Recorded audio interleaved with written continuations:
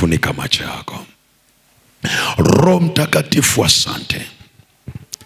Ninajua uko hapa. Asante kwa muda huu wa thamani. Tuko tayari kujifunza Bwana.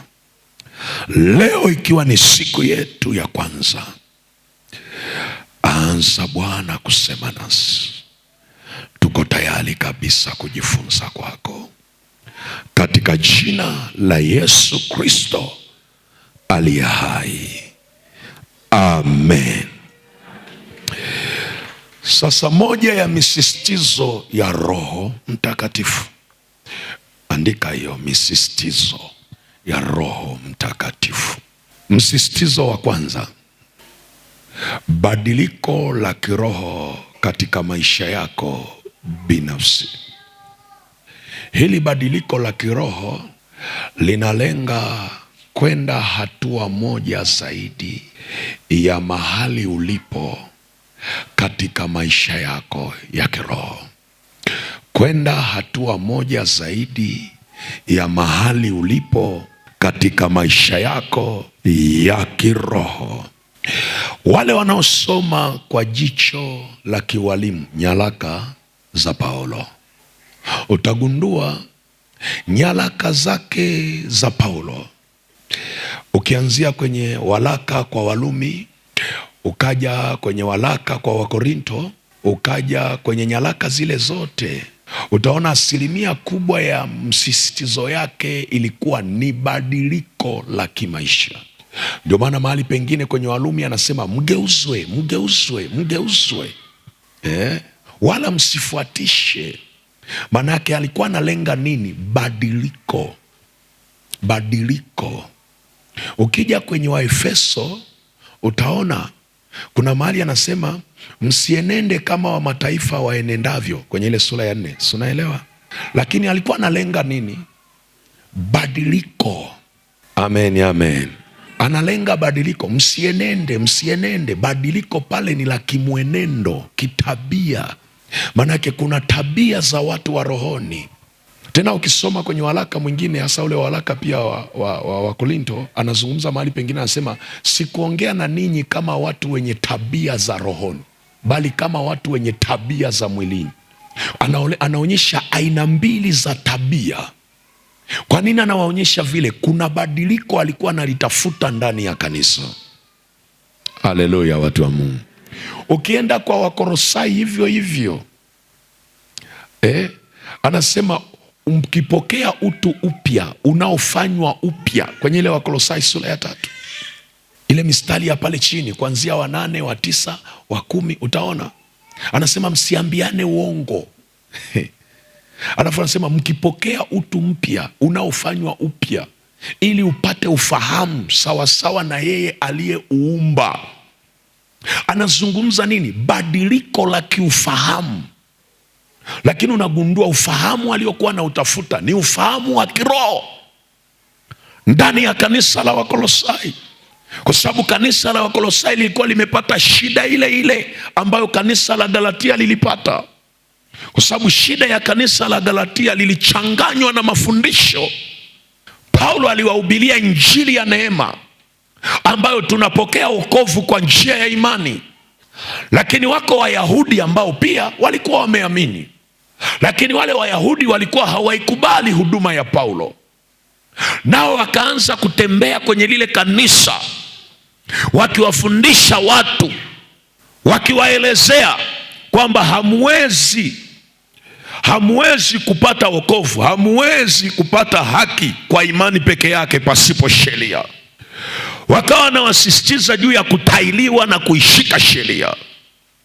Paulo anapoandikia walaka Galatia, utaogundua wale walimu wa Kiyahudi waliokuwa wanaipinga huduma ya Paulo, moja ya vitu walikuwa wakizungumza kwa Wagalatia ni pamoja na kudauti, kuwa na mashaka na wito wa Paulo. Ndio maana Paulo anapoandikia Wagalatia anaanza kuwaeleza asili ya wito wake, alikotoka, Na anaeleza kwenye ile sura ya kwanza, utaona anazungumza juu ya watu waliokuwa hilimu yake. Hilimu yake maana yake watu waliokuwa na umri kama wa kwake. Anasema mimi nilikuwa nimezishika sheria na nikiendelea sana katika mapokeo ya dini ya baba zetu kuliko watu wote walio katika hilimu yangu. Hilimu yangu maana yake walio sawa na umri na mimi, vijana wa wakati wake. Akaeleza namna alivyoliuzi kanisa na namna ambavyo Kristo alipofunuliwa akaokolewa, akaitwa. Lakini anaeleza namna kwenye sura ya pili huduma yake ilivyopata kibali mbele ya Petro, Yohana na Yakobo. Anawataja watu wenye sifa ya kuwa nguzo katika kanisa kwenye ile Wagalatia 2:9. Lakini unaona anaeleza hayo yote kwa nini? Kuwaeleza kwamba mimi nilichowahubiria japokuwa wamekuja watu wakipinga hayo mafundisho, ni cha kweli. Sasa baada ya kueleza utumishi wake na kutetea fundisho lake na injili yake aliyoihubiri kwa Wagalatia, ndipo anaanza kuambia ni nani aliyewaloga? Je, mlimpokea Roho kwa sheria au kwa imani? Kwa nini mlianza katika roho mnataka kumaliza katika mwili? Unaelewa anachokifanya? Anajaribu kuwakwangua kile ambacho wamekuja kuvurugwa nacho, alafu awalejeshe kwenye ile injili. Na ndio maana kule mbele anaanza kuzungumza juu ya matunda ya Roho, anazungumza matendo ya mwili. Sasa mwalimu, kwa nini unatuambia yote? Nataka kuonyesha pale Paulo alikuwa anatafuta nini? Badiliko. Sema badiliko. Sema badiliko. Bwana Yesu asiwe. Umenielewa mtu wa Mungu? Kama umenielewa sema amina. Kama umenielewa sema amina. Ukienda kwa Waefeso hivyo hivyo, angalia sura ya kwanza, njoo sura ya pili. Tena sura ya pili anaanza kwa kusema wazi, zamani sisi tulikuwa wafu. Anaeleza kwa sababu ya matendo yetu, dhambi zetu na makosa yetu tuliyoyaendea zamani, kwa kumfuata mfalme wa mkuu wa anga, roho yule atendaye kazi katika wana wa uasi. Anaelezea pale, anasema lakini kwa mapenzi yake mwenyewe aliyotupenda, tulipokuwa wafu alituokoa. Tena anasema tumeokolewa kwa neema. Anaanza kuwaeleza. Unaeleza kwa nini Paulo aeleze haya yote? Anajaribu kuwaletea badiliko. Kumbuka huu mji waliokuwa wanakaa hawa wa Efeso ulikuwa ni mji ambao mmoja ya miji waliokuwa wanafanya ibada za miungu, wafanya biashara wa mahali pale, watu waliokuwa, kwa sababu ndio mji ambao ulikuwa mpaka na hekalu linaitwa hekalu la Mungu Artemi, Mungu mke, Efeso, mji wenye miungu. Na ndio maana anawafundisha juu ya vita ya kiroho watu wa Efeso. Anawaeleza wajue vita yao sio juu ya mwili, damu na mwili, bali ni juu ya majeshi ya pepo wabaya. Utaona lugha anayotumia kwa Efeso hajatumia kwa Wakorinto, hajatumia kwa Wagalatia. Manake aina ya mji na eneo lao. Haleluya, watu wa Mungu. Sasa mwalimu, kwa nini umezungumza hayo yote? Najaribu kukupa misisitizo ujue kama Paulo nyaraka zake nyingi zilikuwa zinaonyesha badiliko. Nataka uone kwenye ujumbe ambao Mungu anatupa kwenye semina hii, utakuwa msisitizo mmojawapo wa Roho Mtakatifu ni badiliko la kiroho. Mwalimu, kwa mimi siko vizuri kiroho. Unaweza ukawa vizuri, lakini kuna standard Mungu anazitafuta, sio za kupimwa kwa rafiki yako. Unaweza ukajiona vizuri kwa sababu unajipima na unayekaa naye. Hujawahi kuona kuna shule kuna mtoto unamuita wa kwanza, kumbe akipelekwa shule nyingine ni wa mwisho. Mungu hawezi kukupandisha juu kabla ya kukubadilisha, labda ufanye uhuni. Lakini Mungu kuna mahali hawezi kukuweka kwa sababu anakupenda mpaka akubadilisha. Kwa hiyo unavochelewa kupokea badiliko ni sawa na kumwambia Mungu, subiri kwanza, sihitaji hayo mambo. Kama unayahitaji, maana yake lazima ufuate huu msisitizo wake, nibadilishe Bwana, niwe kwenye viwango vya kubeba. Unataka Mungu akufanye kuwa benki yake duniani, yaani watu kupitia wewe, watu wengine wote wakitaka kufanikiwa wanakugusa wewe.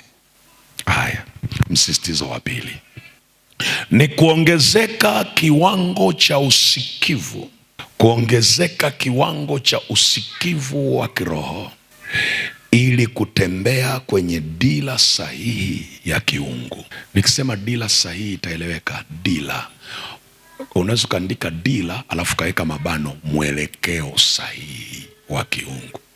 Kuongezeka kiwango cha usikivu wa kiroho ili kutembea kwenye dira sahihi au mwelekeo sahihi wa kiungu.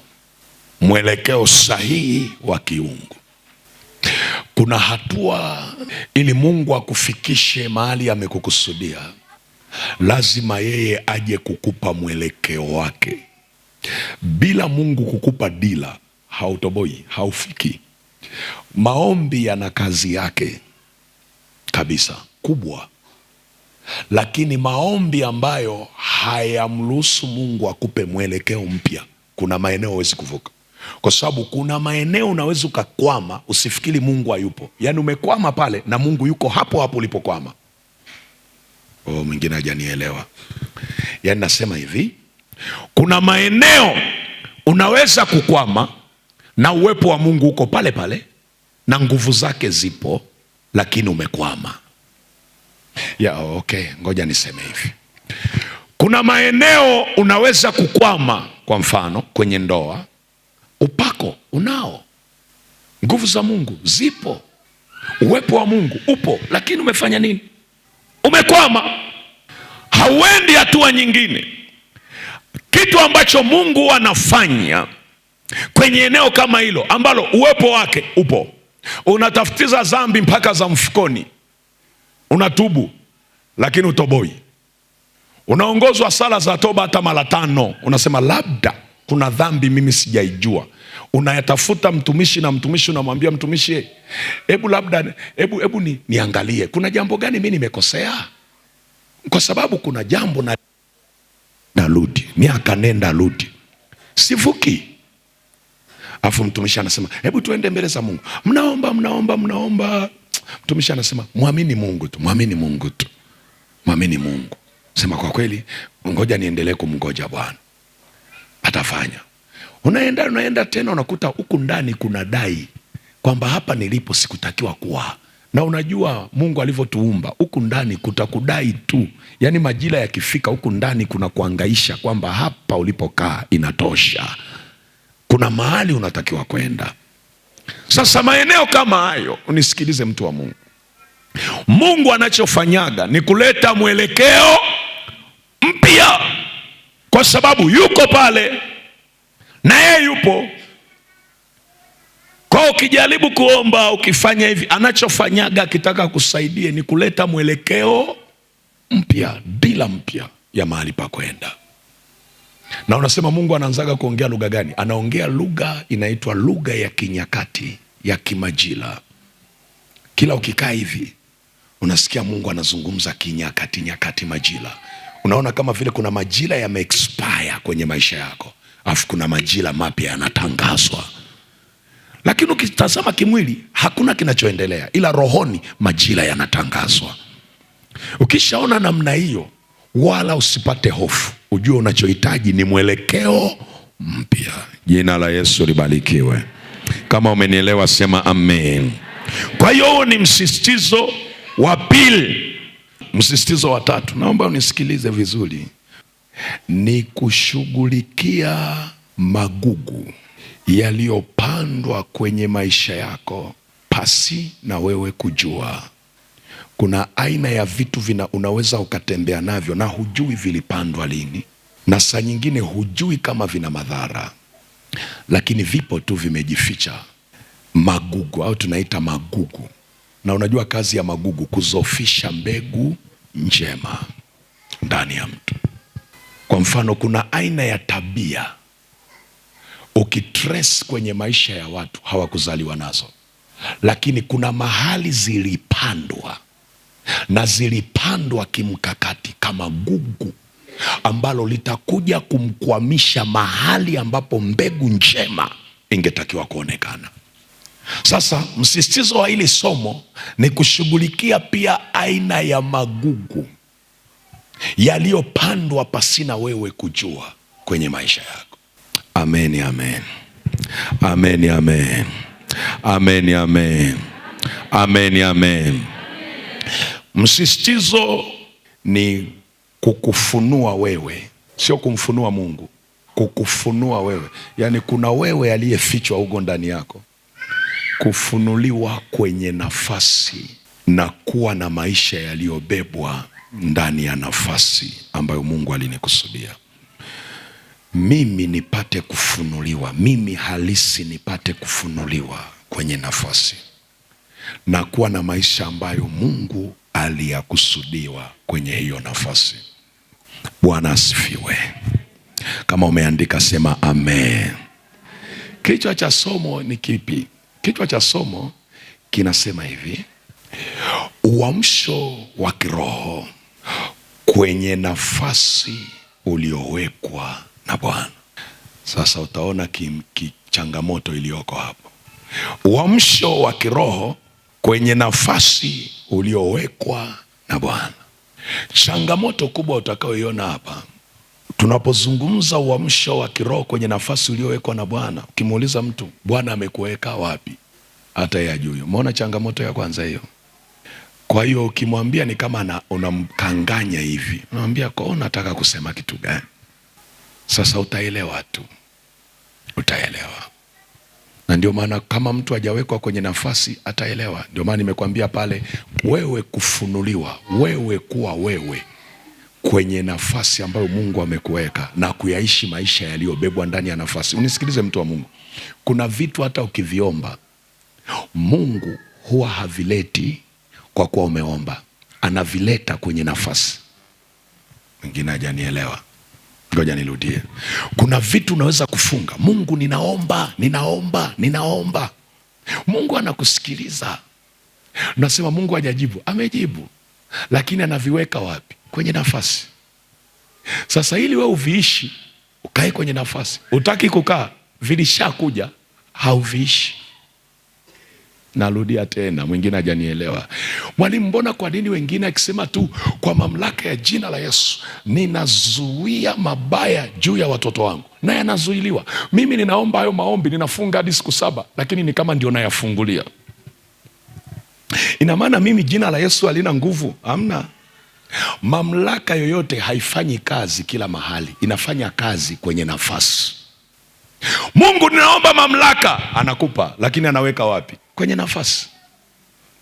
Na ndio maana ninapokuambia uamsho wa kiroho, na maanisha ninachosema, kwa sababu vitu vingi ni haki yako, lakini huwezi kuviishi tena kwenye nafasi yako. Somo tutakalokuwa nalo, watu wa Mungu, uamsho wa kiroho kwenye nafasi uliowekwa na Mungu. Andika Warumi 13 mstari wa 11 hadi wa 14, alafu andika Habakuki 3 mstari wa 2. Warumi 13 mstari wa 11 hadi wa 14, na kusomea tu wa 11 na kuwa namaliza. Na unisikilize mtu wa Mungu. Warumi 13:11, maandiko yanasema, naam, tukiujua wakati kwamba saa ya kuamka katika usingizi imekwisha kuwadia. Kwa maana sasa wokovu wetu u karibu nasi kuliko tulipoanza kuamini. Usiku umeendelea sana, mchana umekaribia. Basi na tuyavue matendo ya giza na kuzivaa silaha za nuru. Kama ilivyohusika na mchana, na tuenende kwa adabu, si kwa ulafi na ulevi, si kwa ufisadi na uasherati, si kwa ugomvi na wivu, bali mvaeni Bwana Yesu Kristo, wala msiuangalie mwili hata kuwasha tamaa zake. Pointi yangu ya msingi ilikuwa ni wapi? Ni ule mstari wa 11 ambao unaweza ukaandika pia Wathesalonike wa kwanza sura ya 5 mstari wa 6 mpaka wa 7. Wathesalonike wa kwanza sura ya 5 mstari wa 6 mpaka wa 7. Anasema, naam, tukiujua wakati kwamba saa ya kuamka, sema saa ya kuamka. Anapozungumza saa ya kuamka, tukiujua wakati kwamba saa ya kuamka katika usingizi imekwisha kuwadia. Saa ya kuamka. Hawa wanaoandikiwa watu wa Mungu sio wapagani, hawa ni kanisa la Mungu lililo Rumi, watu waliookoka. Hawa ni wakina Bwana asifiwe, wako kule Rumi. Paulo anawaandikia, saa ya kuamka katika usingizi imekwisha wadia. Saa ya kuamka, anazungumza nini kuamka? Anazungumza uamsho. Saa ya uamsho imefika. Tusiendelee kulala. Haleluya, watu wa Mungu. Anasema saa ya kuamka katika usingizi imekwisha kuwadia. Kwa nini? Anasema kwa maana sasa wokovu wetu u karibu nasi kuliko tulivyoanza kuamini. Kwa nini anasema wokovu wetu u karibu nasi kuliko tulivyoanza kuamini? Tulipoamini tulipokea wokovu. Wokovu anausema ni wokovu wa namna gani? Sikiliza, wokovu una stage 3. Stage ya kwanza ni wokovu wa kumpokea Yesu kama Bwana na Mwokozi wa maisha yako. Ulipoamini ukampokea Yesu moyoni. Stage ya pili ni ya kutembea na Yesu, kuilinda imani duniani. Ule wokovu sasa, kuyaishi maisha ya wokovu duniani, maisha ya kujitenga na dhambi na umwone Mungu duniani. Hiyo ni hatua ya pili. Hatua ya tatu ni wewe kanisa kuokolewa kutoka duniani, kwa maana ya kutoka duniani, kunyakuliwa. Ndio maana ule unyakuo ni lugha pia ya wokovu, kwamba kanisa sasa linatolewa kwenye dunia hii. Ndio maana kwenye unyakuo sio tu tena roho yako itabadilishwa, ni mwili wako huu wa nyama kabisa utabadilishwa na kupewa mwili mwingine. Na ule mwili utakaopewa, ule mwili haufi, hauoni njaa. Kama katika mwili huu ulikuwa na ulemavu, ule mwili utakaopewa hauna ulemavu, kwa sababu ni mwili mpya. Sasa huu ndio wokovu anaosema kwamba umekwisha karibia. Na ndio maana kwenye Wathesalonike ameweka wazi, amesema tusilale usingizi kama wengine, saa ile ikaja.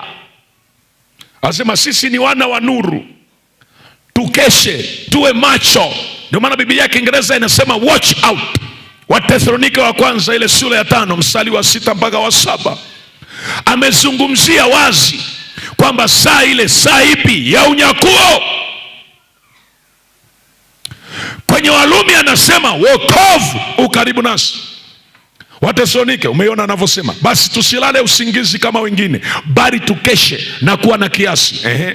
Anazungumzaje? Maana walalao usingizi hulala usiku, pia na walewao hulewa usiku. Tusilale usingizi kama wengine. Ukirudi mstari wa 5, anzia mstari wa 3. Mstari wa 3 anasema, wakati wasemapo kuna amani na usalama, ndipo uharibifu wajiapo kwa ghafla, kama vile utungu mjiavyo mwenye mimba, wala hakika hawataokolewa. Mstari wa 4, bali ninyi ndugu hammo gizani, hata siku ile iwapate kama mwivi. Siku gani anasema? Siku ya unyakuo. Angalia, kwa kuwa ninyi nyote mmekuwa wana wa nuru na wana wa mchana, sisi si wa usiku wala wa giza. Alafu anasema basi tusilale usingizi kama wengine. Maana yake wengine wamelala, wanakoroma.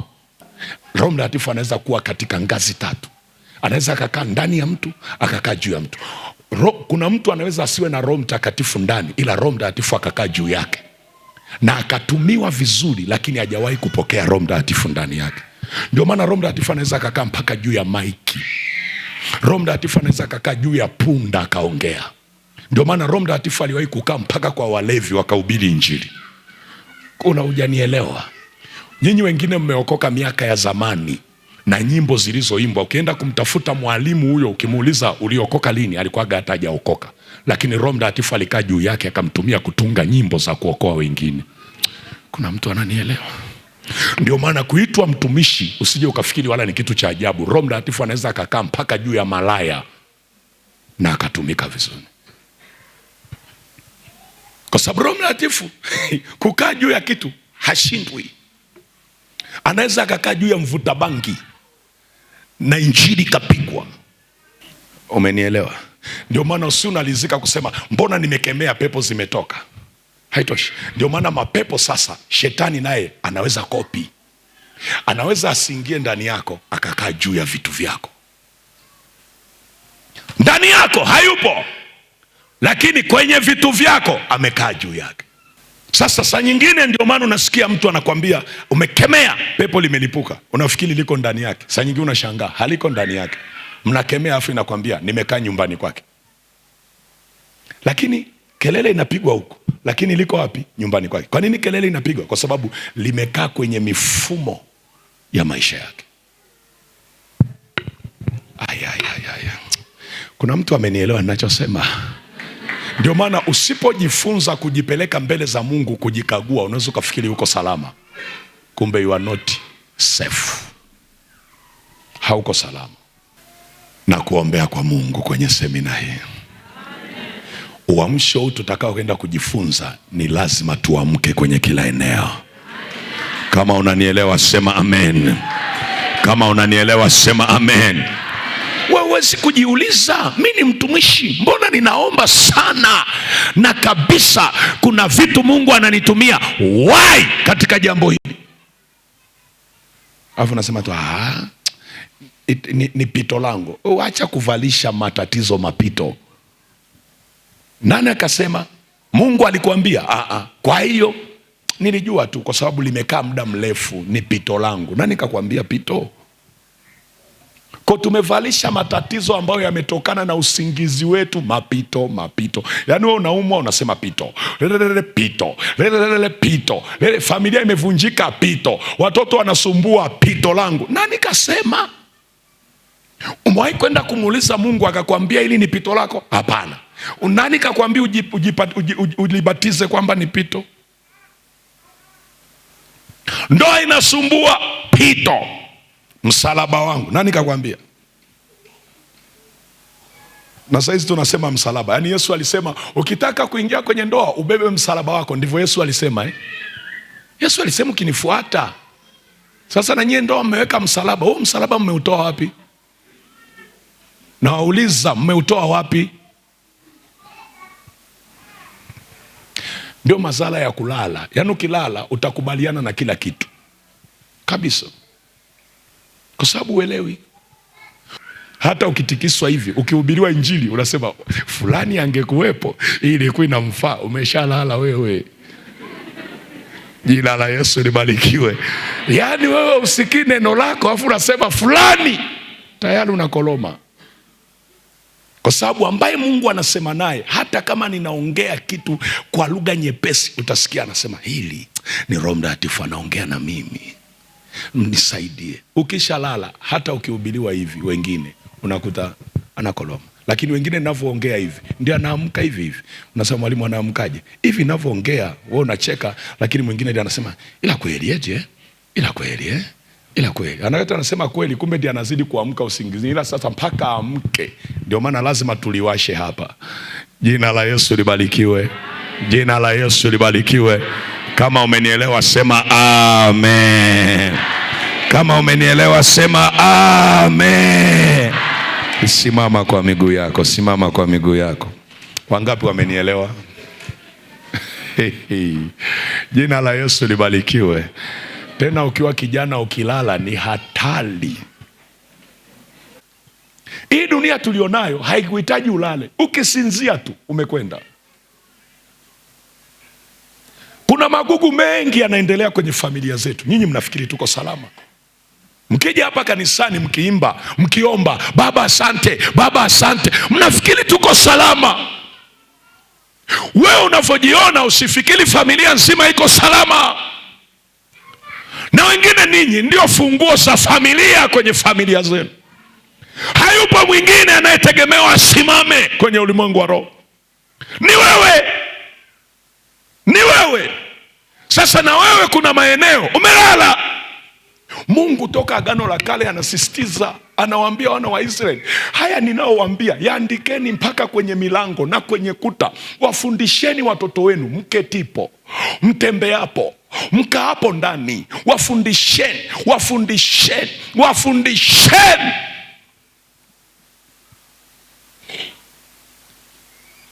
Anazungumza tena anasema wafundisheni kwa bidii.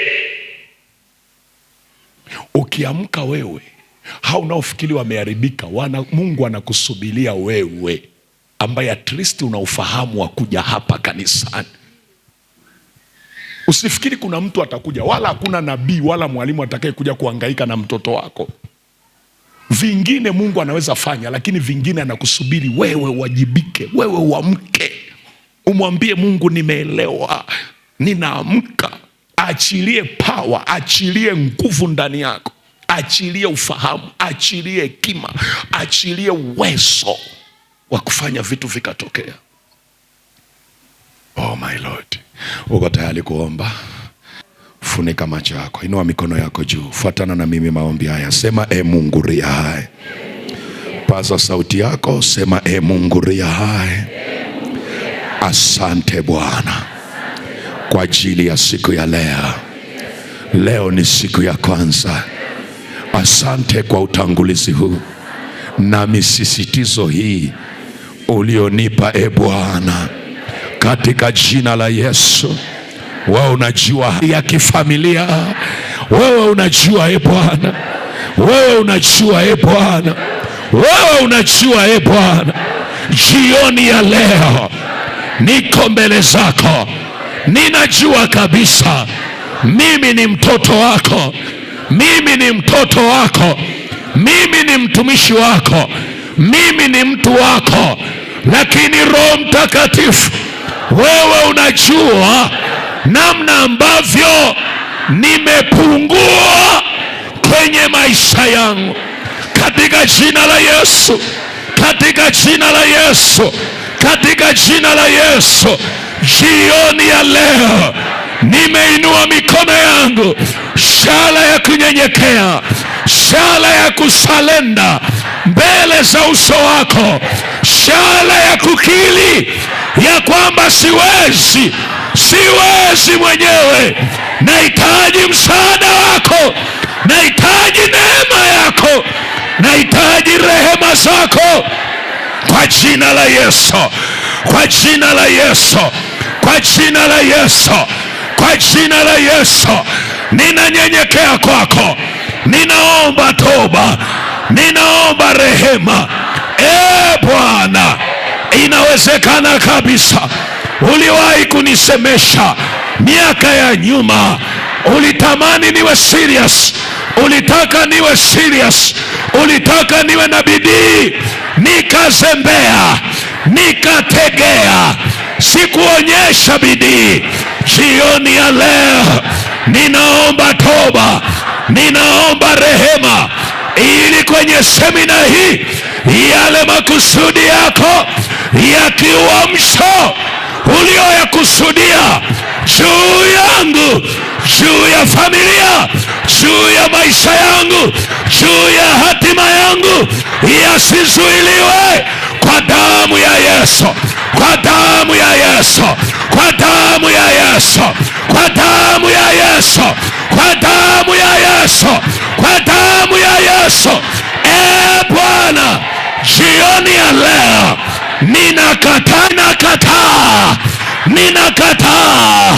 ninakataa, kuanzia leo. Amsha moyo wangu, amsha roho yangu, amsha nafsi yangu, kwa jina la Yesu, kwa jina la Yesu, kwa jina la Yesu. Ninakataa maisha ya mfanano ya kawaida, ninayakataa. Yesu, ninaomba jioni ya leo, anza kuniamsha roho yangu, amsha Bwana moyo wangu, amsha Bwana akili yangu, amsha Bwana ufahamu wangu, kwa damu ya Yesu, kwa damu ya Yesu, kwa damu ya Yesu, kwa damu ya Yesu, kwa damu ya Yesu, kwa damu ya Yesu. Nenda mbele za Bwana, nenda mbele za Bwana, nenda mbele za Bwana dakika moja. Usimwangalie jirani yako. Mwingine alikuwa anaongea, Mungu alikuwa anaongea hapa na mama waliopewa jukumu. Mwingine ninavyoongea hivi, Mungu aliwahi kuongea naye miaka mingi nyuma, lakini hakuzingatia. wababa wengine Mungu alikuwa anaongea nao, wengine ni vijana, wengine ni watoto. Ni kama Mungu anasema, nilikusubiria wewe uwe tayari, ili nisaidie familia yako, ili nisaidie maisha yako, ili nisaidie watoto wako. Ni kama vile Mungu anasema, wewe ndio unayenichelewesha. Ukiamka wewe, mimi niko tayari kufanya lolote kwenye familia, kugusa watoto wako, kugusa ndoa yako, kugusa maisha yako, kugusa uchumi wako. Ni kama vile Bwana anasema, wewe na yako. Ni kama vile Mungu anasema, ni wewe umenichelewesha. Omba mbele za Bwana, mwambie Bwana nisaidie, mwambie Bwana nisaidie, mwambie Bwana nisaidie, mwambie Bwana nisaidie, mwambie Bwana nisaidie. Nisaidie Bwana, maadamu bado niko hai. Nisaidie Bwana, nisaidie Bwana, nisaidie Bwana. Wanaokungojea wewe wasifezeweshwe kwa ajili yangu. Nisaidie wanaokutumikia wewe wasikate tamaa. Nisaidie Bwana, wakuone wewe kwenye maisha yangu, wakuone wewe kwenye familia, wakuone wewe kwenye uchumi, wakuone wewe kwenye ndoa, wakuone wewe kwa watoto wangu. Ni kama vile unamwambia Bwana, nisaidie, nisaidie. Mandarabasan. Endelea kidogo. Mwambie Mungu nisaidie. Saa imefika.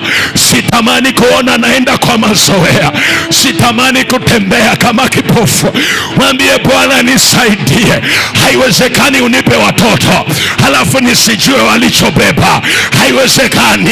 Haiwezekani Mungu ruhusu unipe watoto halafu nisijue walibeba nini.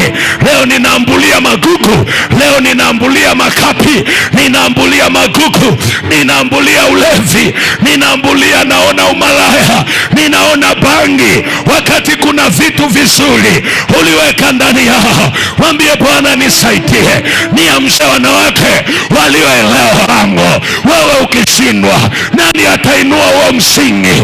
Wewe ukikwama, nani atawajenga hapo? Nani atajenga hapo? Kama na wewe ukishindwa, nani basi atavuka kwenye hiyo familia? Nani atavuka kwenye hiyo ndoa? Nani atavuka kwenye hiyo familia? Kandarobosa, kandarabasona rabakorabasia, rimandarabasa, kwa damu ya Yesu ariaha.